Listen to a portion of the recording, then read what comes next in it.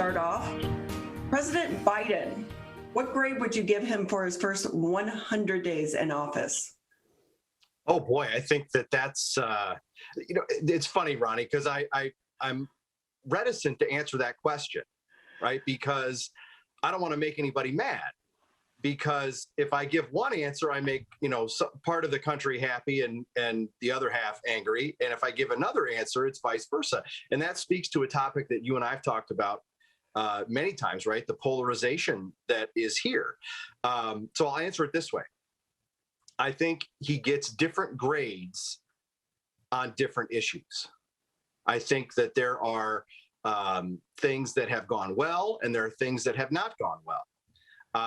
You could point to continuing economic recovery that seems to be in place, job growth, wage growth, right?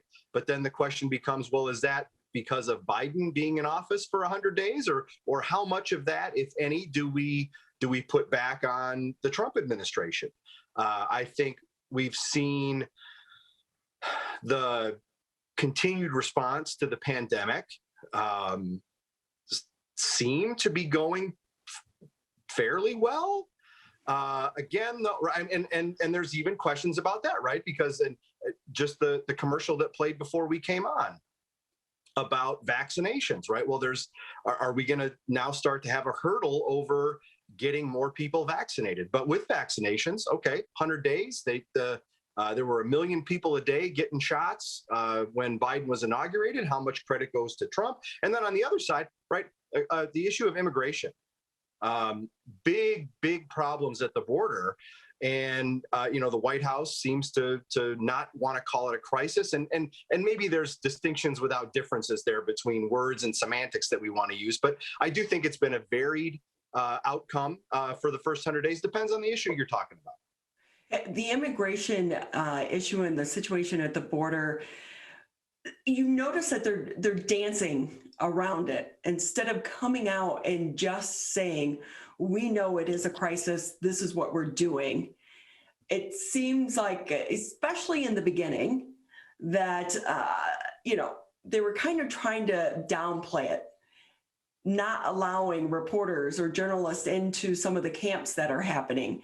And we do also notice a big switch in the wording even the media is using and talking about the situation at the border.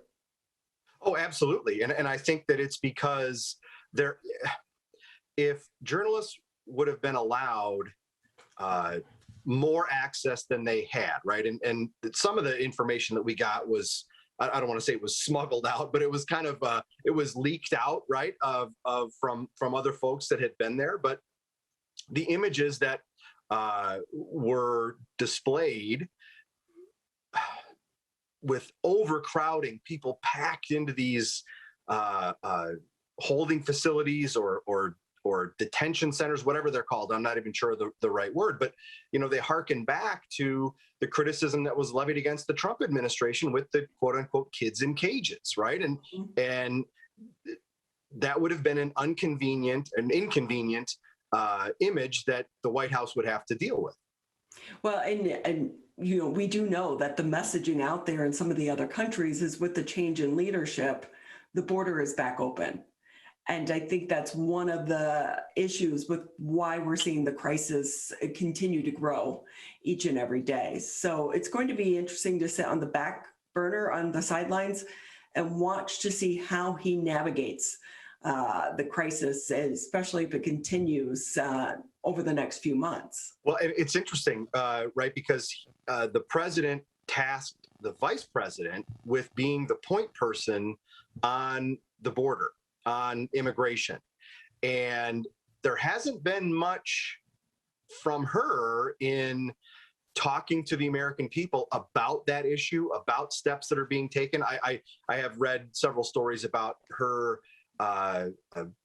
desire to deal with the root problems of the issue, why people are coming here in the first place. But that's a long-term issue to deal with. That's a long game policy to implement.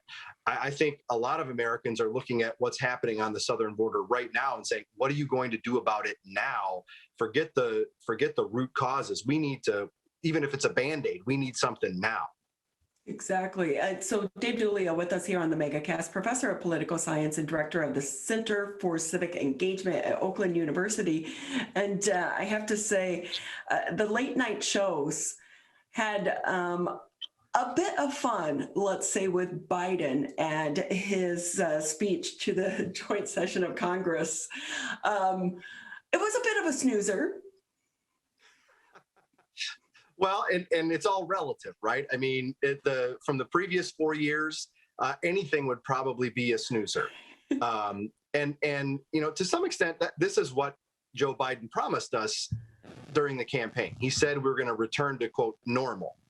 And for many, that's boring. And which those two in politics can sometimes go hand in hand. But it's also a matter of keeping people engaged on issues that are important. So we're really going to see how good of a negotiator President Biden is and how much his previous experience comes into play, I think, over the next few weeks as he tries to push his infrastructure bill. Can he get the GOPs to buy in? Right. And I think that the tea leaves so far on this issue are that there is going to be no bipartisanship. And in part, that's because of what people are saying, but also in part because of the way the previous big bill that was driven through Congress, I won't say pushed or rammed, but it was driven through Congress on a party line vote, right? Where there was, and even on that COVID-19 bill back in late January, early February, Republicans went to the White House and said, hey, Mr. President, how about this?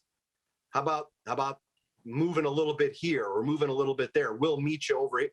And he said, thanks, but no thanks. And that's why it passed with no Republican support. It's seemingly more likely that the same thing is going to happen. Republicans have offered a pared down infrastructure plan that is not going to be to the liking of Democrats, and certainly the progressive wing of the party, who've said that even Biden's plan doesn't go far enough. And Republicans are saying there's things in this infrastructure bill that have nothing to do with infrastructure. So they're looking to bring it back, it seems to me, bring it back toward something that's more maybe lowest common denominator, but that would get their support. So the president's got a choice, right? Is he going to put out an olive branch and extend a hand to the Republicans on Capitol Hill, or is he going to dig in and stick with just the Democratic votes? I really am looking forward to trying to get your insight on Governor Whitmer. She has faced so much pushback, even from the CDC, for not putting more restrictions in place when we were surging again here in the state of Michigan. The numbers are starting to get better, but she keeps talking about vaccinations. We can vaccinate our way out of this. Even the director of the CDC said, no, you can't. But yet she stuck to her guns. She didn't, close things down again. And I think in a way it sent a mixed message because she was so adamant in the beginning under Trump. So is this something is it because Biden is in office now and she's looking ahead to that reelection? I don't know. I mean, that's the simple answer. I think that there's so much swirl here, and it could be. I mean, and my favorite line, Ronnie, is that politics is everywhere, right? So that I think if we just assume that there's a political element to this, that's a good place to start. And that's no criticism of the governor. That's just fact, right? That's just the times in which we're living, the issues that we're talking about. That's just where we're at. So is it Trump versus Biden? I'm not so sure, because since as you mentioned, right, the CDC is pushing her. You'd think if it was to align with the Biden administration, they would go that route. We are only about a year away from the 2022 election cycle being in full swing. I think we've got, although I'm not sure how much the governor's too concerned about that right now, given that there really aren't any star-studded Republicans that have come forth to mount a challenge. That, of course, could change, but I think that and plus she's raised a ton of money. And so I don't think that she is going to campaign from a position of weakness here in the next year or so. I think she's set up for success. But you do have to wonder, right? So what's different now versus previous surges when more restrictions were clearly put on us, versus now when we continue to lead the country in cases per million, cases per capita? I think that is it's a fair question to ask. I do think that the change in policy or change in tone from last week is really interesting, where she linked vaccination thresholds with easing of restrictions. And I think there's two things interesting about that. One is many have called for this kind of thing previously, saying, okay, what are the benchmarks we have to hit? What are the numbers we have to get to? Well, now she's telling us, right? And you got to get to those to those vaccination numbers. The other piece of it is, my read on it is the governor is putting it on Michigan. She's putting it on the people, right? Saying, you want these things lifted, you got to get vaccinated. We'll see if that works. Yeah, it's a good play for her, especially coming off of the debacle where it came out that she traveled along with some of her top aides at a time where they were, standing in front of the podium telling people not to travel. Again, I think it was a PR mistake. At the time that it came out about her top aide traveling, she should have come clean right then, because it's going to get out. No doubt. And it's this bad look, right? Where it does appear that it's where she and her staff, she and her administration are living by one set of rules and everybody else has to live by another. And that just doesn't cut it for most people. It's a bad look. It seems hypocritical. And again, it may not be, but that's the perception that's going to be out there. I think it would have been a lot better had she come out and gotten ahead of it and said, look, my dad's sick. He's got this chronic problem. I need to go see him. I think a lot of people in Michigan would have said, I understand. And it would have been less of a story had that been the case. Dave Dulio with us here on the MegaCast. He's a professor of political science at Oakland University. Just another couple minutes with you, Professor. And going forward as we start to ramp up, Shirky, it's like some days I'm just like, does this guy just look for trouble? Well, he's a headline. He's always in the headlines. It is, and there's that old saying that any publicity is good publicity. I'm not so sure about that in politics, but there's the Senate leader has managed to stay in the news, and it's like a never-ending stream. And I will say, while we want the two sides to start working together, when you have the GOP supporting the governor on some of her decisions not to impose restrictions, I was really just scratching my head. Sometimes politics makes strange bedfellows. That is so true. So with that, any predictions from the Republican side, who may be throwing their hat in the ring? Your guess is as good as mine, really. It's, we've seen a number of folks pass. I would say at the top of that list would be Candace Miller, Public Works Commissioner in Macomb County, former House member from the 10th Congressional District. we've seen others say thanks, but no thanks. And you wonder where they go from here. Yeah, I'm looking at the Republican Party overall, not just here in the state of Michigan, but nationally as well. Romney was booed this weekend.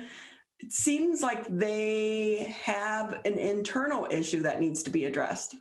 No doubt. And we've seen similar things here in Michigan with the censuring of folks like Peter Meyer and Fred Upton from their local party organizations.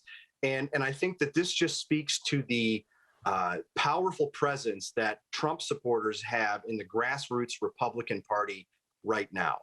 And it is going to take, as we've talked about before, there's going to be an internal party struggle, internal party war for a while to figure out, till Republicans figure out which way they're going to go. What are they going to do in the post-Trump presidency era?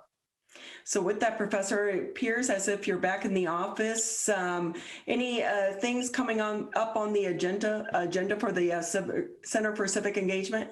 We may have one or two things here in May. I'm not ready to share specific details, but we're also already thinking about the fall. And I think you can count on something from us around the 20th anniversary of 9/11 in a few months. And what really got me thinking about this was, there's going to be a number of our students on OU's campus who were not alive when that happened. And right. And it's, oh my gosh, that is such a sort of earth-shattering event in our history, and they weren't around for it. So we've got to look for something on that from us in September, for sure.